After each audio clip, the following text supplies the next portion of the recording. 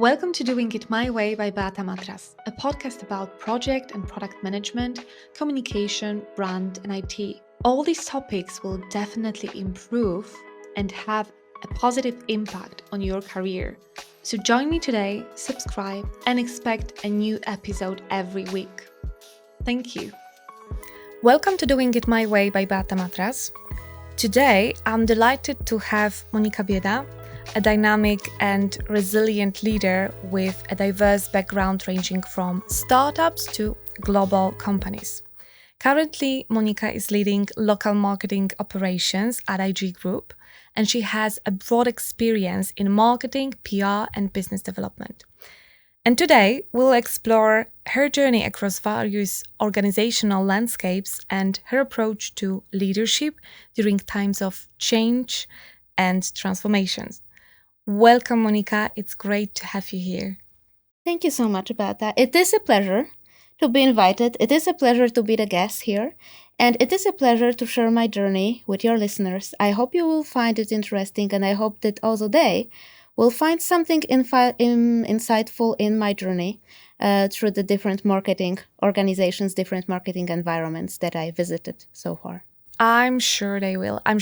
Because the first time I actually spoke to you, I realized how broad your experience is and how many different companies, different kind of experiences in business you have and you can share with others. So I was really honored that you actually decided to donate to the charity, because it's also we have to mention that this episode is a donation to a charity. At IG we have a kind of tradition on a yearly basis. During the annual party we are organizing a charity auction, and Monika is the winner. Yeah, she donated to the charity, and that's how we are here today. That's basically one of the reasons. And the other one is also, of course, Monika's broad experience that she will share with us today. Thank you. It is a pleasure to be here today. So, to kick off, maybe, Monika, you could share a bit about your background with our listeners, especially your journey through different organizational landscapes. Yes, sure. So it's been 18 years within marketing industry for me. And I remember it was yesterday when it was 2006 and I was still a student. I was studying journalism, and also during my studies, I used to work as a journalist because I loved working with words. That was my passion. But at some point, I really started to grow my interest in marketing. And I just applied for an internship, not even knowing what actually people do within advertising agencies. It was giving it a shot. And I succeeded. I started the internship. It was my first campaign, was a big commercial campaign, advertising one, which was supported by some CSR activities. And I was the person that was about to run a CSR campaign, cooperating with the client that has the markets. It was one of the big chain shops in Poland, all over Poland. And I was really, first of all, I was scared. How would I do that? But then I started finding more and more joy in that. And it was also my first contact with public relations when I understood that having a journalist background, the fact that I know how journalists work, really helps you in working as a public relations specialist, because I know what kind of information they need. I know how to prepare a good draft of the message for them.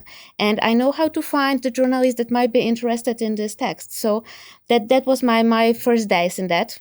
And that is how it started. It took me a couple of years, of course, working within the agency once I was offered with a stable permanent position, to learn what public relation is all about. Working with very different companies, starting from lifestyle and consumer goods companies to business, IT and financial services. I started over a time growing my own public relations team and running a public relations brand within the whole company. And I was responsible for everything, starting from the new business, by which I mean I had to first acquire the customers to have somebody to work with. And then I was responsible for the oversight over all the campaigns that our social media, that our public relations specialists were working on, and also social media experts, because over a time, as the media landscape changed, also our specialization changed. So there were more people working on social media, more people working on influencer relations, because this is what the customers needed from us. And it also helped me expand my own knowledge, because I learned on the go. How could I advise the customers if I wouldn't know more about it? So I started reading, but of course I started just crafting those campaigns with my team and finding out what are the legal requirements, how to actually draft an impactful campaign that will bring a good and positive, but also reliable campaign for the end user. That was a great time to learn all about it. And it was a big part of my journey within that company, within the agency. And because I was quite successful in bringing new customers on board, I was asked to take the responsibility of bringing the new customers to the whole agency. So it opened me to the world of the decision makers in the biggest companies operating in Poland, the decision makers who decide which advertising agency will be their go-to agency for 1, 2, or 3 years, considering the big campaigns, commercial brand campaigns. And so I was traveling a lot to Warsaw. I was spending most of my time on the meetings, and in the free time, I was still supporting my PR team. It was interesting. It was demanding in the best possible way. But at some point, it also started getting a bit frustrating, because I never felt that I have a full ownership of what I do. I was always a consultant, so people could listen to me, take my words, but then, of course, decide out of big PR strategy or social media, like pretty complement strategy. They were about to choose that from 12 elements, they only want 2. And there was nothing that I could actually do about it. Of course, I could build a good story, give them reliable reasons to do so. But at some point, it was never my decision. So, and that was mostly the reason that I've decided to do my first really big shift in my career, to find a job on the customer side. To move to a company and start working as a marketing manager. And if you take a look just purely at the job title, of course, it was taking a big step back, because I was already public relations and new business director. And then I moved as a marketing manager, one-man army, no team at the beginning. I was just hired and I got almost nothing. I got a website that I was about to take care of that was translated to Polish by the external agency. And I had to figure out from the scratch how to actually do a good, proper launch of a company on the Polish market, because I was hired by the German IT company, software as a service, actually, company providing the HR software to the customers, mostly in the DACH region. And then Poland was their first country that they entered. And they hired me to actually bring them to the Polish market. And I had to learn on the go many areas of the marketing that I never touched before, like performance marketing, working on all types of advertising materials with the vendors that I had to find myself, cooperating with the global team, with the German team, and finding how to craft a communication that will be still aligned to the product, but also close to the Polish market, which obviously was quite different and had different requirements than the German one. So that was a great learning. It was starting from the scratch. I think it was an invaluable lesson. I was so proud of myself when I succeeded, because we succeeded on the Polish market. I was able to build like a good network in the social media, acquire a lot of partnerships, a lot of influencers. Suddenly we became like a talk of the town. Maybe it's just too much to say, but we were quite often customers or potential customers discussed about us on the social media groups, about this quite promising, interesting company with a very good product offering. And I was so proud of, because that was my work, organizing online events each month, making sure that we also entered the most interesting conferences, working on the lead generation, which was, I think, the most important part of my job. So once I've succeeded in Poland, I was granted more markets. I started working for Spain almost full time. I also started supporting French market. I started supporting my German colleagues using my Polish contacts, my Polish agencies, which proved to be very efficient. And suddenly everyone wanted to work with them, and I was supporting the teams. I built a team that was responsible in Poland for supporting the lead generation process for a couple of markets. And I was also coordinating the group of people working for us as a freelancers on this project. So it was a lot of work. It was interesting. And at some point I felt that probably there's not much more than I can do here, not much more than I can learn, because at some point this is still very much strategic/execution position. And I lack here the possibility to actually take a little bit broader view on the business, because of course of the scale of company itself, which was only a couple hundreds of people. And that was the moment when I've seen the job ad of the IG group. And that was the moment that I applied for this position here to see what I can learn. And so after 1 year of being here, I can say that this learning is massive. My work here, my position here is more focused on the process. This is a part of the marketing work that I think I always lacked, like a well-established processes and their impact on the final success of the company and all the marketing endeavors. This is a big thing here. This is a great learning. Also, how to structure, how to approach the MarTech in a big way, and how to leverage at this point right now the AI-powered solutions to support us as experts in our work in the best possible way. So many great things, and well, a lot about the leadership itself. I would say I was more like self-educated leader before. I didn't get that much of the support, and I get here massive support on this topic. And I believe that I'm able to be the better version of myself at this moment. And I love how you mentioned that you had success in this new business area, and then you decided to learn something new, so you moved to the company from the customer perspective. And right now when you felt like, oh, okay, I did what I wanted to do in this part, I need to move somewhere else to learn. So it's more not about climbing the ladder, but it's about learning, about having more experience, broad experience in different companies. And that's admirable, really. Like, it's not like a usual thinking, let's climb the ladder and that's all. Yeah, the higher the position, the better the title. That's the only way. No, you actually think like, okay, I will make a move here, horizontally. Yeah, we call it horizontal moves. So, that's I think a kind of superpower to see the career journey from this perspective, not as we always have to go, let's say, I don't know, straight up or something like that. No, we can change. Yeah? I definitely think this way, and this is the advice that I often give to people who approach me asking about the leadership positions and how to think about the career growth. And I believe that career growth is not very linear. I mean, it could be if you are determined to keep it this way, you can keep it linear, but you are losing so much because your professional life is a journey, and it's not about rushing to the destination point, because then you sit there and what is the next thing that you could do? Should you get more impressive title, even more impressive title? Like, there's a limitation of the things if you think about your career in this way. But if you think that your career is actually about enriching your life with the things that you learn, and of course, over a time climbing somewhere, like landing where you want to land, you should always keep an eye on it.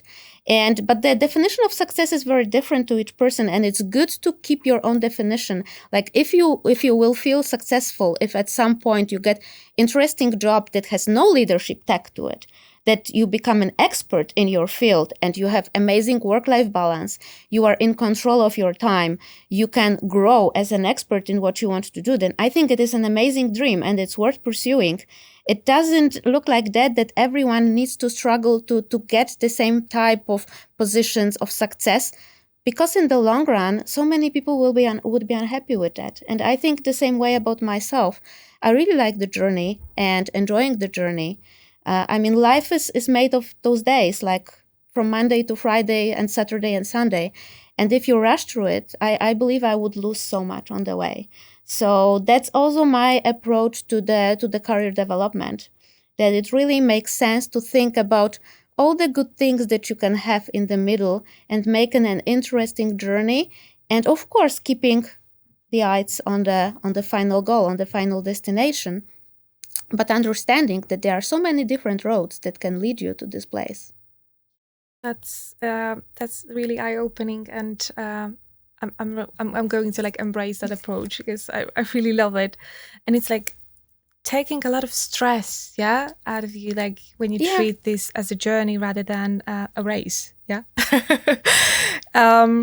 But you have a lot of experiences across like startups, agencies, and global firms, and how this like influenced your approach to leadership, to success, and to career development. How we heard a little bit of it already, but. So first of all, I think that going through different companies really helps in terms of what you get with yourself. Because you are never leaving without anything. You are living with a good suitcase full of stuff that you collected, and this stuff is your skill set. And different companies provide you with very different skill sets just because you need to adapt to the internal environment, just because you need to learn what is needed in this organization. So you become more flexible, more adaptable, because you learn how to solve the problems in different types of environment. And what is important, you learn how to solve the problems. At least for me, the work within the agency and work within the software as a service company was very much about solving multiple problems that I had to solve myself. And this is something that I've taken with me. And my approach, I think, now really shaped that every situation could be solved. And you have multiple ways to solve it. It is always a question like, what is the best for the given moment? But seeing the glass more as a half full than half empty, and thinking that you solved so many different challenges till now, you overcome so many obstacles, really just empowers you and gives you this feeling that there are no things that are impossible for you. You can do it. You can really do it. And this is just a question that you need to probably have a time, think it over, maybe ask advice, maybe reach out to somebody, but you can solve it. And I believe that this is something that you learn when you solve many different issues in many different environments. So this is something that I've taken with me on my professional journey. And I think that kind of adaptability and being able to be fulfilled in different environments is something that I've also exercised and something that helps me in my growth and is important part of my approach. Like, I think that when we chatted before, I told you that I believe in the idea of the contract that you can have with yourself, because entering a completely new environment very often brings amazing things, but also brings the things that maybe are not that much to your liking. And of course, you can just think about it this way, that I don't like it. I'm not going to embrace it. Why am I about to do something? But you can do it other way around, like I do it myself. You can have a contract with yourself when you join the new organization and give yourself a time frame, like let's say 6 months, for you to just not criticize, even internally, any single thing, just to observe and learn and try to find out what is exactly this place about. What are the things that are here, like the crucial ones, the pillars that you need to follow? But what are the areas that you can impact with yourself, with your experience? And at some point also, so you can judge, is it this place for me after this time? Is it that all the positive stuff maybe just outgrows that things that are negative? And I can live with that, because the most important learning, there is no perfect place. There is no perfect place, and looking for a perfect place, just being fixated on it, I think really takes a lot of joy from your life. It's like there are no perfect people, there are no perfect situations. And it takes time to be able just to accept it. But once you do, it really helps a lot. Then you can just even tell yourself, like, maybe there are some things here that I do not love, but there are so many things that I love.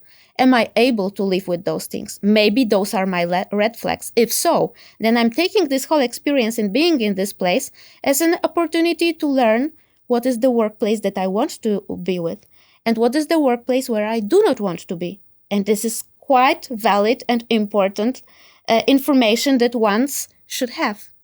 Yeah, it's like being in a different relationships. I always have to like mention that piece which like disconnects the work, like is connected to work, but also like to our private life. Because I think like, again, being with different relationship, either friendships or like romantic ones, you learn what you don't accept. You learn what you don't like, and you learn maybe what you want. So that's a very valid point. not only applicable in work environment, but also in life environment, in life generally. You also mentioned about making an impact in different companies, different kind of experiences you had across startups, agencies, and global companies. Do you have any strategies to make a significant impact across different company types? I think that the answer is quite simple, even though it will be very individual, because there is no one recipe that can fit it all. I think that self-awareness is the most important starting point, so that you know what you bring to the table, because this impact should be meaningful, but this impact could be slightly different when you think about different people in the organizations. But if you are self-aware, if you know what you bring to the table. So, for example, I know that I always see a glass half full. I'm quite an optimist. I'm a good storyteller.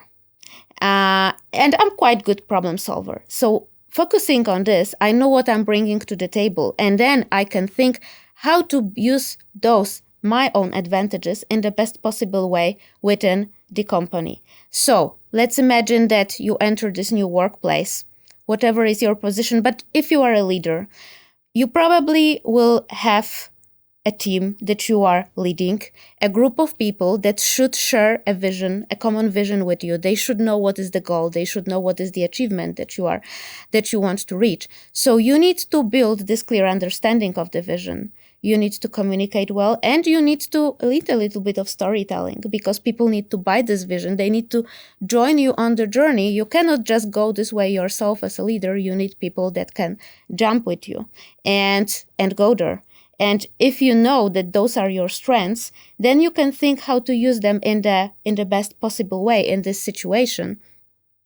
What I really think are the kind of the strengths or advantages that you can use, whatever, let's say, people skills, how we call it, whichever you have.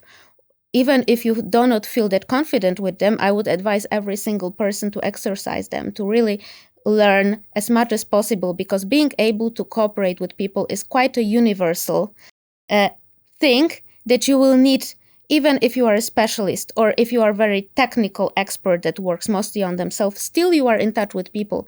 But the more you move into a leadership role, this contact with people is wider, and your team suddenly is not only your team, but your team is like your peers, other managers, and your team is a company's leadership. And you need to be able to communicate with all of those groups that have quite different needs, but at some point they need to be aligned.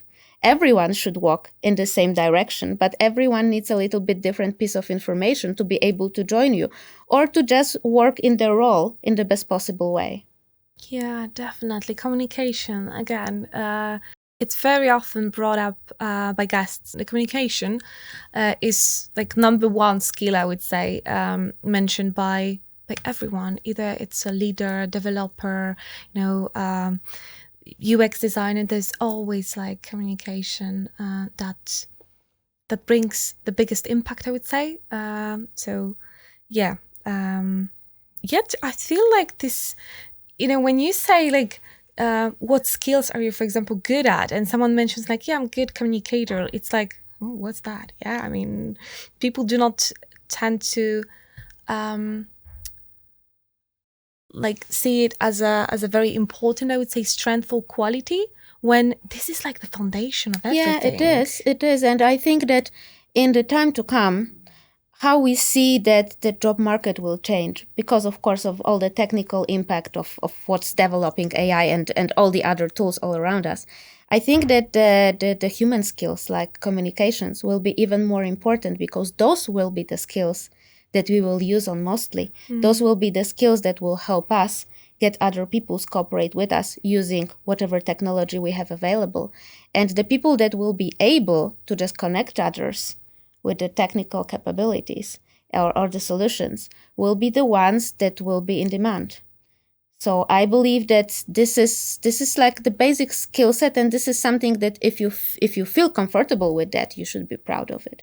And if you do not feel, I just can only encourage you to exercise it, to communicate even more, just to maybe get a little bit out of your comfort zone, because it is very often out of the comfort zone. Definitely.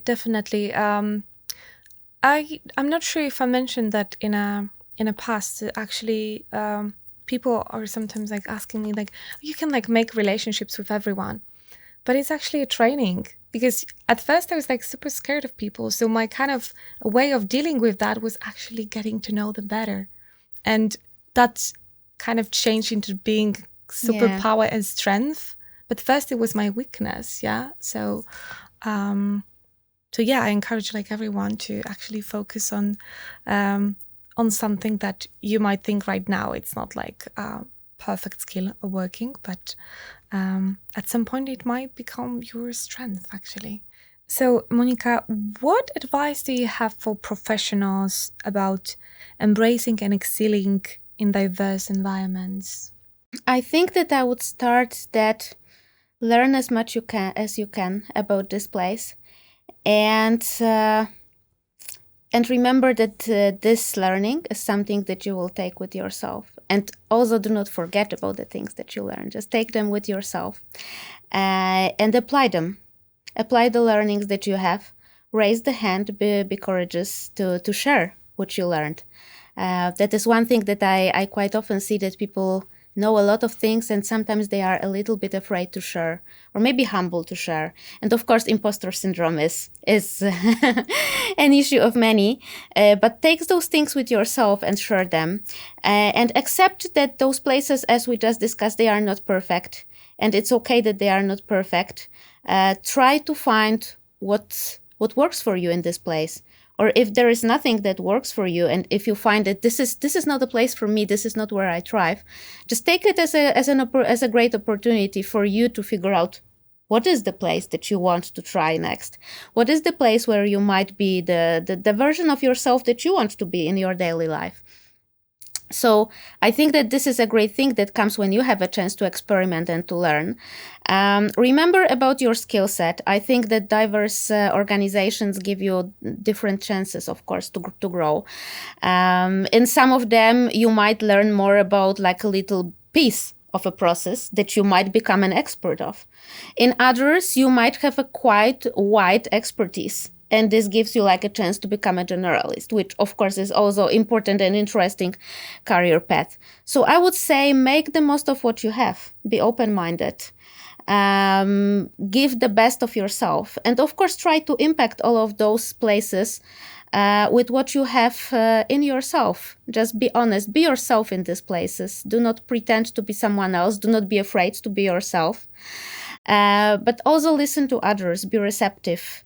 Learn from other people, learn from other leaders. If you want to grow as a leader, first take the opportunity to learn from other leaders, like what is their style, how they communicate, how they solve difficult situations. You can learn so many from others and from other people's mistakes that you might not replicate. Then I can personally only advise to just take this opportunity. And I think that being open-minded and learning, and then using what you learned, applying this to your professional life, is something that will always help you grow as a professional. Okay, and how do you balance being the best version of yourself and also like giving your best at work with kind of having the boundaries and also like not like, burning yourself out? Because sometimes, the kind of this border is like difficult to manage, yeah? It is. And I think this is very much about what you want at some point of your life. I can imagine, and I know such ambitious people, that it's hard to tell them not to work that much, not to be that much engaged, because this is the moment in their life when they want it, when they feel like doing that. And of course, it's also okay. It's everyone's choice. I think what you always need to be mindful of is, am I happy with how I live at this moment? If you are happy, then it works for you. This is at least my perspective. Then it can work for you.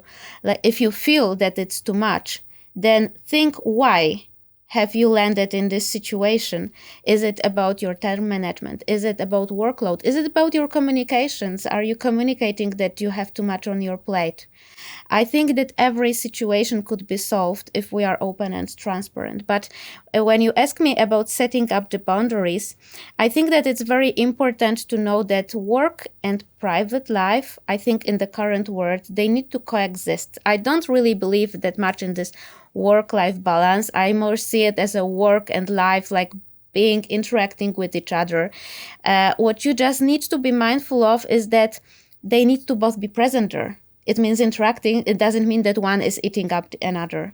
And so work should not become suddenly, at least for me, the main part of my life. If I am to be productive here, if I am to be efficient, if I am to come here and being able to listen to my team and help them and coach people that ask me for it and lead them the best way that I can, I need to come here having a good night's sleep, having a time for my own relaxation, having a time for my hobbies, for my partner, for my family, for my friends. And this is essential to me. So I remember and I think about it. And I always approached it this way, that the work is important. It is a big part of my life, so that I have energy for work. I need to be fulfilled in this part of my life, that it's all about me, just me, and what is a fun, what is pleasure for me. Okay. That sounds like work-life blend rather than work-life balance. And this approach is very close to me, although I'm still trying to find maybe not the balance, but the good point where the integration of both of these areas will be satisfying. But I think we're all looking for that sweet spot, let's say, and learning as we go how to get there. And how these diverse experiences also like informed your leadership style, because you're a leader right now. You have a quite broad team. How many people is currently in your team? Close to 30, quite close to 30. Okay. So it is a wide team, but maybe starting from the fundamentals, I would say, is that trust. And I find it as a complete fundamental of working with a team. That first of all, you need to establish this relationship with your team, that you can trust them and they can trust you, and you are both aware of that. And this makes cooperation possible. I think that without it, there is no real cooperation, there is no real support. Of course, this being able to, first of all, to create a vision and to present a vision and to get the people on a journey with you on a vision is something that I always keep in my mind as a center of my attention, because I know that I need to be clear. I need to create like a clear expectations, but to have those expectations, first people need to know where we are heading, what is their role in this, how can they support the common goal, and then this expectation is kind of natural and obvious. So those are the things that I would say informed a lot my leadership style, the learnings from the past, of course, and from my own past mistakes. Communicating and even over-communicating. I would say over-communicating is a very good word. Whenever I assume that people should know something, when I get myself that I assume something, I know that this is a red flag. I should never assume. I should just communicate all over again, because assumptions, they always really lead you somewhere where you do not want to land. And empathy for people, listening to people, giving and receiving feedback. This might sound, for many people, this kind of sounds like the things that they hear all over again, that you should give and you should receive feedback. But actually, how could we work with one another if I don't know what you need from me and you don't know what I need from you? And if you do not tell me, like, I like this, I don't like that, I feel confident with this, I am afraid of that, I don't know how could I know, how can I support you? But goes the same way, if I don't share this, how can people work with me, how can they support me? So I think that being this open and transparent and using it in communicating, this is something that is important for me. This is something that I'm trying to do. Am I always perfect? Definitely not. It often keeps me maybe not awake, but I'm thinking a lot. Have I done enough? Am I trying enough to get people where I need them to be in terms of them being able to work with me and understand me and understanding my expectations? And I usually think a lot about it. What could I do more? What could I do better? And then I'm trying to just apply the strategies into my further work. So trust, communication, and empathy. These are the three main traits of a good leader, or the way to in your opinion, to like be impactful leader, also like make an impact in the company. In terms of transformations, which I think we're all experiencing right now, as you know, IT industries very impacted by recent transformation, technological transformation, layoffs, and so on. We I think we're all experiencing that and hearing about that a lot. And in times like that, and also like significant organizational change, what's your strategy as a leader? So first of all is understanding that that change is never a one-time event. Change is a process, and as a leader, you need to be present from the day zero till the end of it. And very often, we as leaders, we feel we embrace the change as the first ones, because we kind of either we are a part of a decision making, or we just see the big impact or the role of this change. We understand where is this change coming from, and we kind of are able to see like the big picture of this change being implemented in the organization. So we are usually quite a few steps ahead of the team. But we cannot just rush by ourselves there. We need to be with the team on all the milestones of the change. So this is the first thing, like being present in the change and understanding the change is a long-standing process, that you need to communicate the vision of the change, like what's changing, why is it changing, what is the desired outcome. And you need to reinforce the communication all over again and also check the pulse of your team, of your people that are in this change with you. Are they understanding what is expected of them? Are they understanding when they are heading with you? What is the reason for the change and what this change is about to bring? And if they do, then of course it is so much easier for everyone to be in it.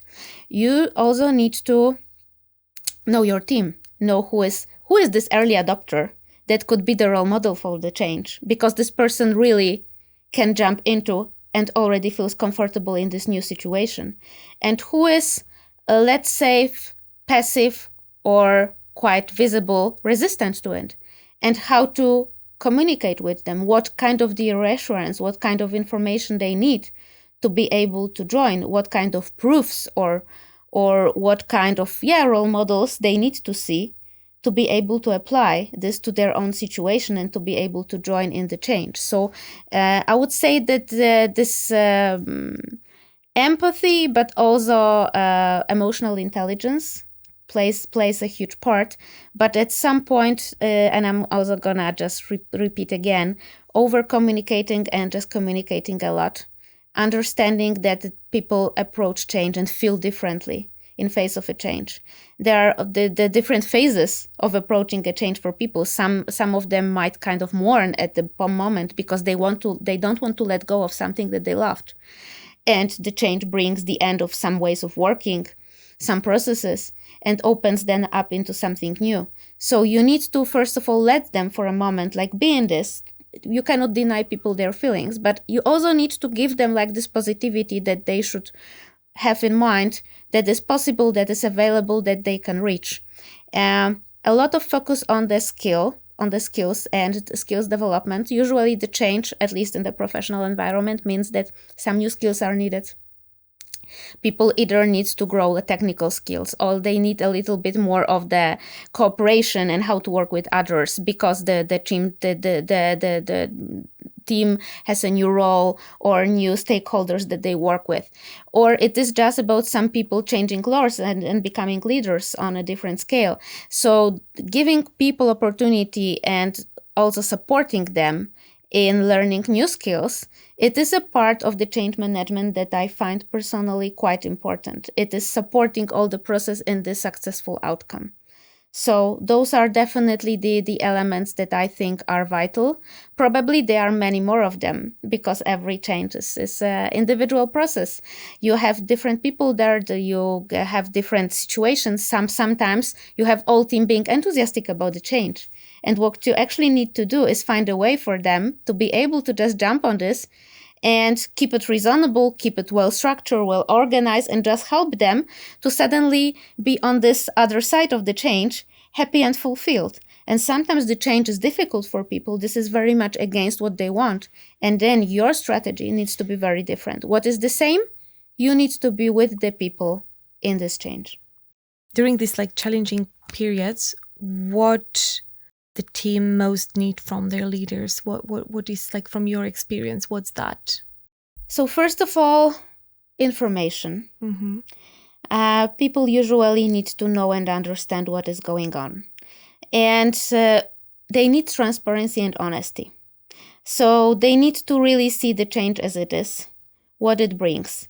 But the part of this honesty is also sometimes the fact that it is better for a leader to say, I don't know, or I don't know yet, I will tell you once I will find out. And it's valid, than the silence. Silence is the worst. What you actually need to do is to really exercise the transparency and honesty and also become yourself vulnerable. Show people that you are a part of this change. It means that you will give them what you can. You will give them all the information that you can. You will support them in their needs. It is that you find time for them to meet and chat and ask how they are doing and ask what they need to feel comfortable with the change. What are the questions? What are the doubts? And to answer them in the open. And also, if you do not have the answers, to provide them with, first of all, the reason why not, and maybe the timeline when you might have those answers. But just being there and put your full attention on people, listen to them. But also at some point all the time, provide them with this clear goal. What is this change all about? Where we are all about to end? And with the means to get there. So this is first of all to listen and to give. And being there for me means both. Means that you cannot hide from this process, even though it is not a pleasant process in many times.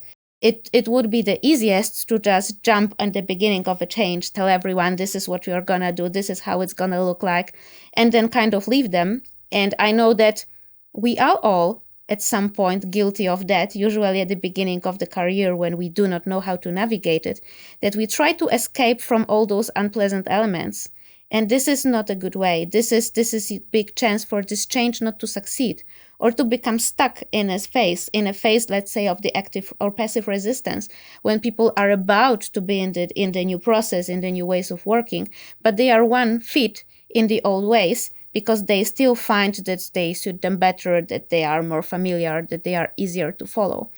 And if you are not in the process, if you do not see it, if you don't spot it, if you do not reinforce your communications, if you do not provide them with maybe something that they are lacking at this point to be able to fully embrace the change, then you are leaving them alone. And how could you expect them to succeed? Or how do you expect them to actually respect you of as course. a leader and trust you? Yeah. If you just leave them alone without clear communication, trust, more empathy, as you mentioned before. And how important it is for the leader to understand the team dynamics, such as relationships between team members, some antipathies, some sympathies, to actually be a good leader. I think that maybe it is just starting from the basics. It is just important for the leaders to recognize people as they are. Mm-hmm. And to see them as they are, and to accept that they are quite different people, that this diversity means different personalities, different approach to work, different approach to just anything. And also bank on this, see it as it is. And the best operating teams are the teams that have very different people inside, because each of them bring some different strengths to the table, and each of them can challenge the process in a different way or the ways of operating. So of course it is vital to know it, to understand the people, to understand the team dynamics. I more take it this way, that it's important to understand it, maybe not, what is the sympathy, antipathy, but more like what is the people approach towards many work-related topics? What are the people like the early adopters that I mentioned before? What are the people that are usually eager to start something new?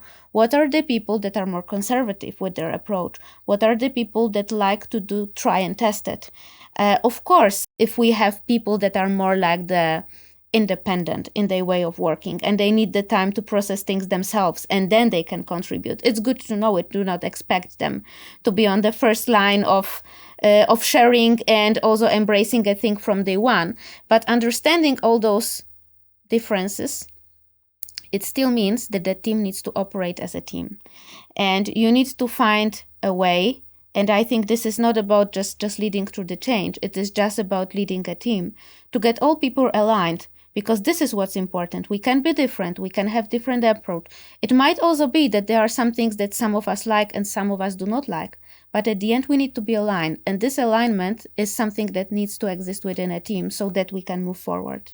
It's important, but I think it's also the hardest lesson to actually accept that people are, for example, not like you, that they are different, and to see these individual traits and differences as an asset, rather than, a kind of problem to solve or some collaboration issues. No, we need to be diverse. We need to be different. It is not about having like a group of clowns. Yeah. It is not about having mini-me. Yeah. and growing the group of that. It's completely not about it. I mean, also if you accept it, you can learn many things from the people. And also if you accept it, it might be a point that you are able to accept, which I think is very important, that very often you are not the smartest person in a room. And it is amazing if your team is a group of the smartest people in the room. And it also proves that you are a great leader if you are able to collect those smart people and be able to lead them and be able to fully embrace that there are so many things, so many areas when they know way more than you do. And that is why you get them in your team. And that is why it makes sense to work together. Yeah, but it definitely needs a lot of self-awareness and a lot of self-confidence, like a true self-confidence, and maybe even like a high self-esteem, and this ability to be humble, to accept that you're not the smartest person in the room and you're completely fine with that. Yeah, I would say that having different backgrounds help in that. Because think about it this way, whenever you join completely different type of organization, you almost start from zero, and you need to accept it, that you are definitely not the smartest cookie here. And it just helps later on the way. Yeah, definitely. It helps with learning for sure. And if we're in the learning topic, like reflecting on your leadership journey, what are some most important lessons that you've learned and how they guide your role today? So I think that the one I've mentioned before, not to assume, and I'm still guilty of it sometimes, when I think, okay, I've talked about it so many times, or even I think this is obvious. This is obvious to everyone. And then whenever I get myself on it, I'm able to prove myself that this is not obvious to everyone. There is always a person that this is not obvious to. So I'm trying not to assume, to ask and to get the answer, not to assume anything. And this is a great learning so far, and a great lesson learned. Also to stay myself.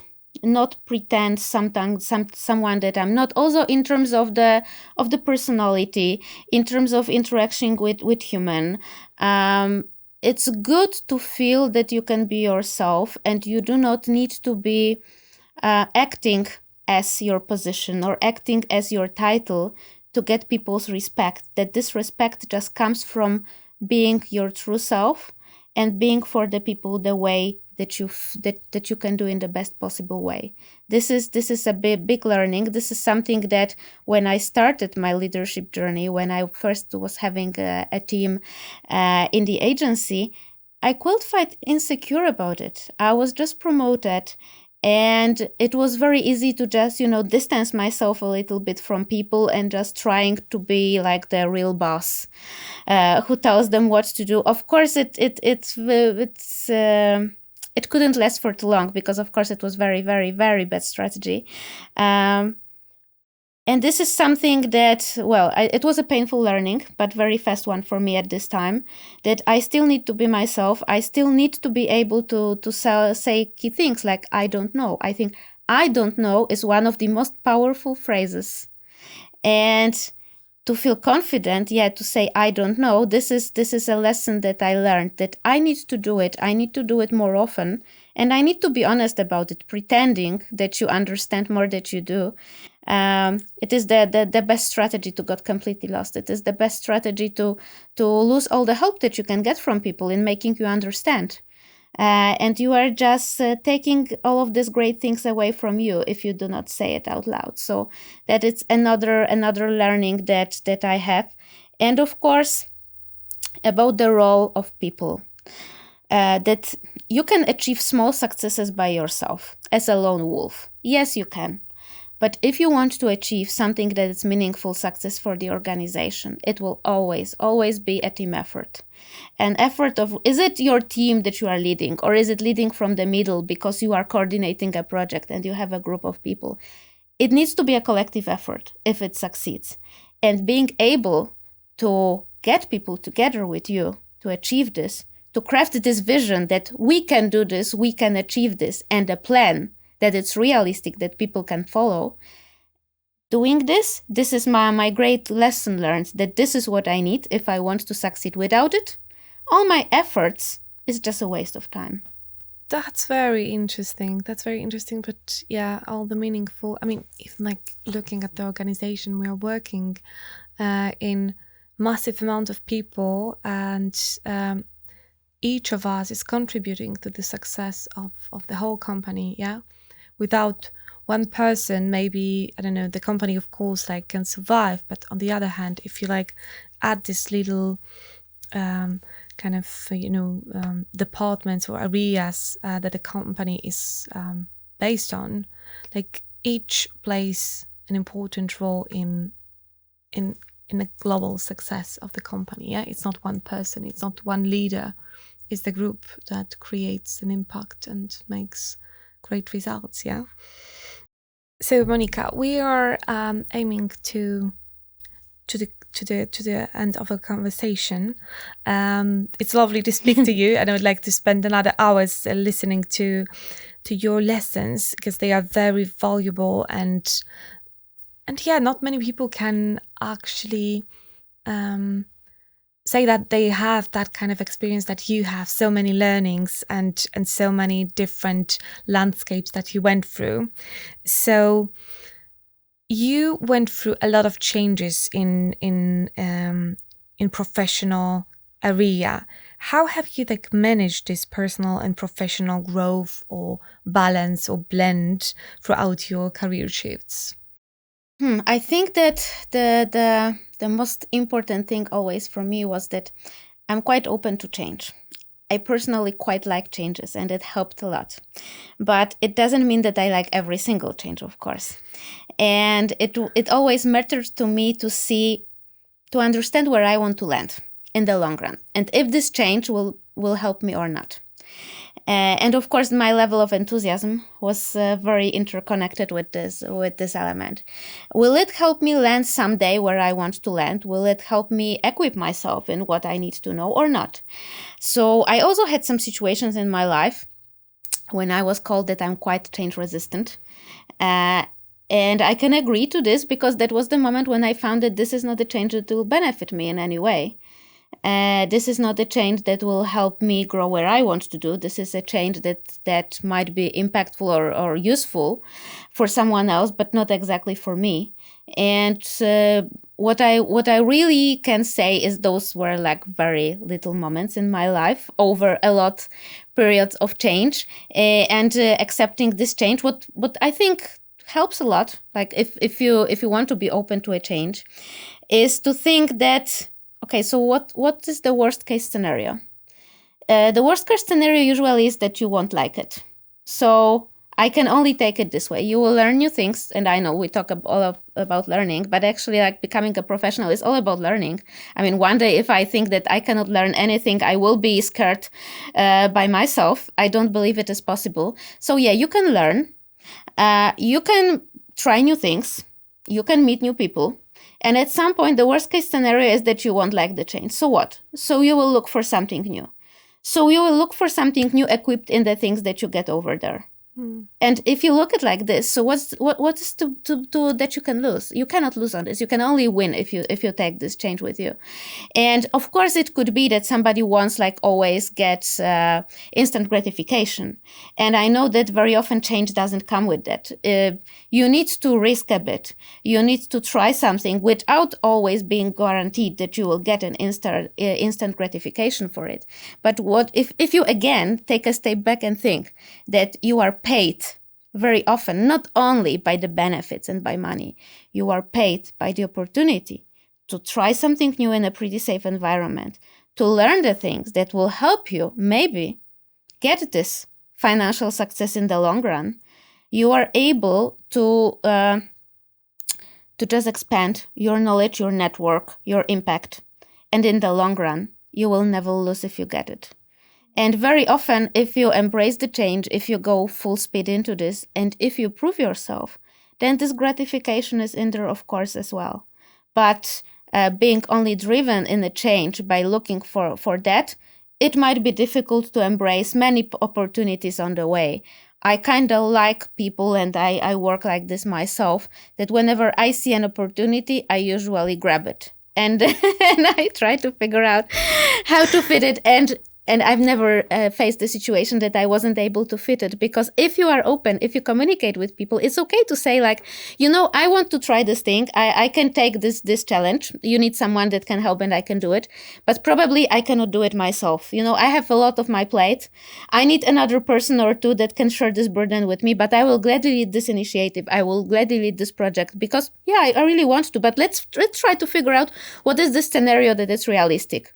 And trust me, people will just start this conversation with you. And even if you take on something and then after a couple of months, you will go back and tell like, I've done this, I've tried this, and I don't think it's really something for me.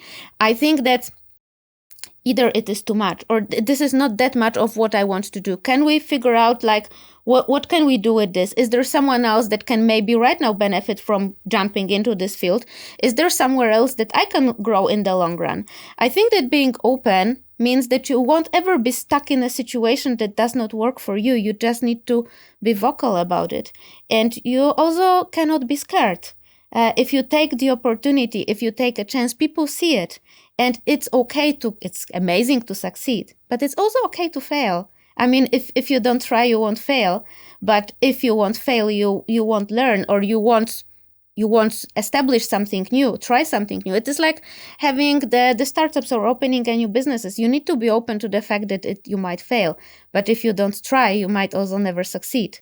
It's the same with embracing the change. If you are so resistant, if you get like hundred of ways to get like secured that, it won't work bad, you are safe, nothing wrong will happen, you won't get too much work, you won't get too much responsibilities. At some point, probably somebody won't be able to give you all of these reassurances. You need to try it yourself, but you also have power in your hands to shape this change the way that you want it to look. Like, who says that you need to work crazy hours in this change? Figure out a way that you can commit to this change and make it work for you. Many things that we can do, like if you tell yourself like, I am the one in charge here, and it helps so much, then you can embrace the change, and then you can thrive in the change, and you can enjoy it. You can enjoy the ride. Yeah, definitely. It's important to understand that you actually have the power to influence, to influence your day to day. Like sometimes we put so much pressure on ourselves by ourselves. Sometimes we are the biggest like enemies and the biggest like the worst bosses sometimes, or the worst managers for ourselves. It's not sometimes about the other person. I mean, it happens. Yeah, of course. There are like different circumstances and so on, but sometimes we are our biggest critics, enemies, and it's good to also be aware of that and to change that. At some point to change that dialogue, because we should be our best friends. Yes, and we should never stand on the way of our success. Yeah. This is what I also think. We should support ourselves. Yeah, definitely. Agree with that. And I have my 3 standard questions that I'm like ending the podcast with, the conversation with. So the first one is about the crucial advice that you would like to give to our listeners. The crucial advice? Yeah. Oh, and this is like a general one, not anything specific. We were talking about leadership today, so I think we can keep within the leadership space. So if we think about the leadership, then my first advice will be quite controversial. But first of all, like, think if you really want to do it. And it is not that I'm discouraging anyone from wishing or working to become a leader, but I think that very often there is a pressure. There is a pressure that this career progression is about taking on a leadership position. And very often this pressure is not real, because you can thrive, you can have amazing career as the expert, as a specialist. And this could be fruitful, this could be fulfilling. So if you feel that you want to be a leader, that's completely different story. If you feel so, then do all you can to learn as much as you can, even before you go into this position. And what do I mean by that? Think about leading from a middle. You don't need to be a leader to actually, or have any title with a tag, to actually lead people. Lead projects, lead initiatives, gather your colleagues around some ideas that you find fruitful. And at some point also take a look at the leaders all around you. What is their style of leadership? Do you like this style? Could you feel confident with it? How they interact with the team, how they communicate, what is their strategy? Try to find as much as you can and learn from them, and also observe them. They also are human. They will never be perfect. Take it to your own as a great learning. You also don't need to be perfect, but try to equip yourself that one day when you will be promoted to this role, when you will reach your goal of becoming a leader, you will feel more confident and more equipped. Of course, there are so many resources all around. I have a couple of books that I always share with young leaders that I work with, that I think that are kind of the manuals. And it might sound silly, because how could one get a manual how to be a leader? But there are so many situations that you face when you suddenly enter this position, like how to have a good one-to-one meeting with an individual, how to establish it, how to actually support the colleagues, how to solve difficult situations within it. Team. And those are the resources that can help you. It can help you in a reasonable way. Just feel confident with one thing, that you know what to do, or you have the answer to some of the questions that you might have at the beginning. So equip yourself with a good knowledge. Take a look and cooperate with other leaders. Go for the coaching sessions. Ask them for mentoring. There are mentors that can really help you grow amazing as a professional. Just use whatever is there, and if you want to be a leader, then just put your one foot in front of the other and just walk this way. And I believe you can succeed. Great advice. I mean, even like few advices, I would say. But I understand that it's like difficult to have only one, especially having that broad experience that you have, Monika. And as you're looking forward, what personal or professional objectives are you setting for this year? So I have a couple of those, actually. Okay. First of all, working right here at IG Group, my big objective for this year is actually to get way more familiar with the IG products and IG own ecosystem. I believe that this is something that will help me a lot. I feel quite confident right now after 1 year here with the internal process, with how we operate in a marketing team. I still feel I can learn a lot and I can benefit a lot from really understanding and taking a deep dive into the product world. And of course, I find product marketing quite interesting. So this is also kind of fulfilling my appetite for understanding it better and seeing how it operates from multiple angles in here. So this is one thing. And the another objective is also to take care of myself well. Last year, it was a year of me being a new joiner. Of course, a lot of pressure that I put on myself as well. A lot of learning that I've done, a lot of situations that I faced that were also new to me. A new environment, new people, new ways for operating. And it was stressful. It was kind of draining. At some point, I also started feeling that I'm quite exhausted. It was the end of the year when I again started exercising, looking for more healthy lifestyle, and I feel so much better when I turned back into this. I think I was really missing it, and this is like my objective for this year. To be healthy, to take care of my health, to remember about sport, to remember about exercise, to not only focus on this professional growth, but to remember that it can always needs to be balanced with my own well-being. And this is important thing for me for this year to come. Definitely, health is like the foundation to everything. Yeah, so it's very connected to actually our work, the jobs we are doing, and everything in between. Yeah, that's the foundation of everything. Last year, I also took that kind of decision to take care of my health, and yeah, I do not regret it. I feel like better and better. And for our listeners who would like to connect with you, where they can find you? I encourage everyone that wants to chat with me, connect with me, to just reach out through LinkedIn. Just drop me a message that you are the listener of this podcast, so I will put special attention to this invitation. And yeah, I'm very happy to grow my network, so I'm always interested in meeting new people. If you want to chat, if you want to exchange, drop me an invitation on LinkedIn. My profile is quite simple. My name is Monika Bieda, and if you put this name and the name of the company, you will definitely find me there.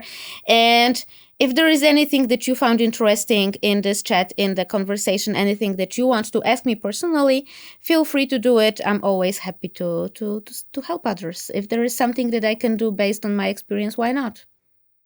Thank you, Monika. Really, thank you for sharing your knowledge, because that's actually one of the ways you are sharing your knowledge with the listeners, with maybe younger people that want to be in your position, in your place at some point of their career. So thank you for doing that. It's really amazing to have you here and to have the ability to have a conversation, listen to all the experiences that you went through and the lessons that you learned. Thank you for that, Monika. Thank you so much, Beata, and thank you so much everyone that listened to us. I really appreciate spending such a lot of time. So thank you a lot. Thanks for joining me on another episode of Doing It My Way by Beata Matras. If you enjoyed this episode, please do not forget to subscribe.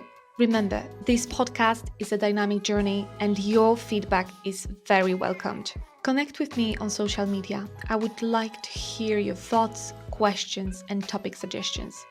And stay tuned for upcoming episodes. And until next time, keep doing it your way.